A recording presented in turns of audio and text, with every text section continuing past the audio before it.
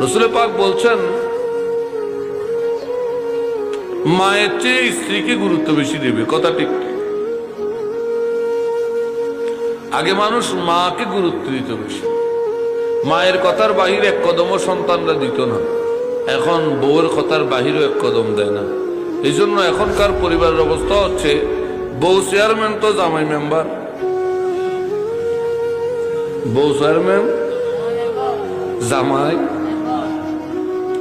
ঠিক না? বউ চেয়ারম্যান জামাই মেম্বার। তো এই পরিবারগুলোর মধ্যে আবার দেখবেন, আজকে একটু কথা বলে যাচ্ছি, এই ধরনের পরিবারে আপনি মেলামেশা করলে দেখবেন অভাবের কিচ্ছার শেষ নাই। যেই পরিবারত বউ চেয়ারম্যান জামাই, ইটারার অভাবের শেষ নাই।